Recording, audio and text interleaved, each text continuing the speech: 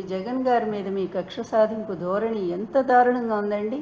Case అసలు కేసే లేనటువంటి దాన్ని సోనియా గాంధీతో కలిసి మీరు ఆ రోజు ఎంత భయంకరంగా ఆ అబ్బాయి మీద, చిన్న అబ్బాయి, నా మిత్రుడు, నా స్నేహితుడు వైఎస్ రాజశేఖర రెడ్డి అని చెప్తారే, ఈ ఎంత పచ్చి అబద్ధం అండి. మీ మిత్రుడు స్నేహితుడు అయితే మీ మీద వైఎస్ రాజశేఖర రెడ్డి గారు మీ అవినీతి మీద ఆయన ఎందుకు కేసు పెట్టారండి అప్పుడు? అలాగే మీరు అంత గొప్ప మిత్రులైతే ఆయన కొడుకు ఆయన చనిపోయినాక ఇంకా మరి ఆ బిడ్డకు అండగా ఉండాలి కదా.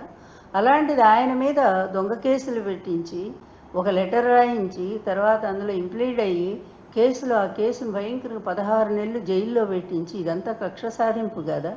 ఈరోజు ఏంటండి, మీరు రాకముందే, ఇంకా ప్రభుత్వం ఏర్పాటు కాకముందే ఎన్ని హత్యలు జరిగినాయండి. వినుకొండలో పాప మా ముస్లిం అబ్బాయిని అతి దారుణంగా, రాషిద్ అనుకుంటా పేరు, అబ్బాయి పేరు రిషిద్, ఆ అబ్బాయిని ఘోరంగా చేతులు నరికి, అబ్బా అసలు ఇప్పటికి కూడా దుఃఖం వస్తుంది నిజంగా ఆ దృశ్యము తలుచుకుంటేనే. అలా అంత భయంకరమైన హత్యలు ఎవరి టైంలో చెలరేగిపోయినాయండి. అప్పుడు కూడానండి 95లో 96లో జరిగిన రాయలసీమలో హత్యలు ఒకేసారి 14 మందిని హత్య చేశారు. ఆ అబ్బాయి పేరు నేను చెప్పను. అంతమందిని హత్య చేసిన అతను వెనకున్నది ఎవరు? మీరే కదా.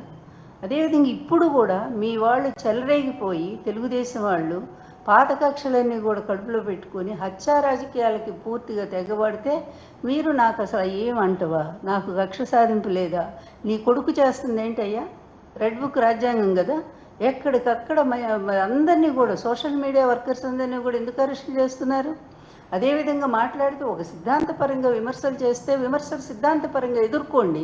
అది చేతగాక వాళ్ళ మీద కేసులు పెట్టడమా, వాళ్ళని తీసుకుపోయి జైల్లో లేని అక్రమ కేసులని. నిన్న హైకోర్టు ఏం చెప్పింది? మీరు చేస్తున్న తప్పుడు విధానాలని చెప్పిందా లేదా? పోలీసుల్ని మీ చేతిలో ఒక కీలుబొమ్మలాగా చేసుకొని ఇష్టం వచ్చినట్టుగా ఈరోజు చేస్తూ ఉన్నారే. ఇది అసలు పరిపాలన అంటారా? ప్రజాస్వామ్యం అని అంటారా? ఇది ఒక రాక్షస పాలనలాగా లేదా? ఒక నిరంకుశ విధానం లేదా? మీకు మీరు కితాబులు ఇచ్చుకొని మీ మీడియాలో మీరు పొగిడించుకుంటే సరిపోయిందా? ప్రజల చేత అనిపించండి మీరు ఎంత న్యాయంగా ఈ రాష్ట్రాన్ని పరిపాలిస్తున్నారనేది.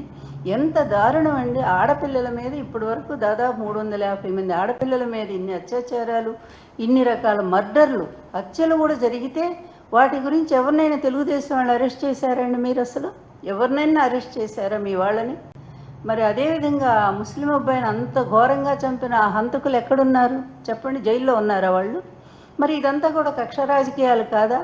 మీరు ప్రేరేపిస్తుంది, మీ కొడుకు ప్రేరేపిస్తుంది కదా. మీ కొడుకు ప్రోత్సాహంతోనే ఇచ్చలవిడిగా అతను ఎలక్షన్స్ ముందే చెప్పాడు, మీరు ఒక్కొక్కళ్ళు 30, 40 ఎన్ని అయినా సరే నేరాలు చేయండి, చేసి నా దగ్గరికి రండి, మీకు పోస్ట్ ఇస్తాను. దానివల్ల కదా రెచ్చిపోయింది. ఎవరైనా సరే రాజకీయ పార్టీల్లో, ప్రజాస్వామ్య వ్యవస్థలో ఉండేటువంటి వ్యక్తులు ఇలాంటి మాటలు చెప్తారా? వాళ్ళని నేరస్తుడిగా అంగీకరించాలా లేదా? అతని మీద ఎన్ని కేసులు పెట్టాలి? మీకున్న పలుకుబడితోనేమో ఆ కేసులు రాకుండా అడ్డుకుంటారు. స్వయంగా లూటీ చేసినటువంటి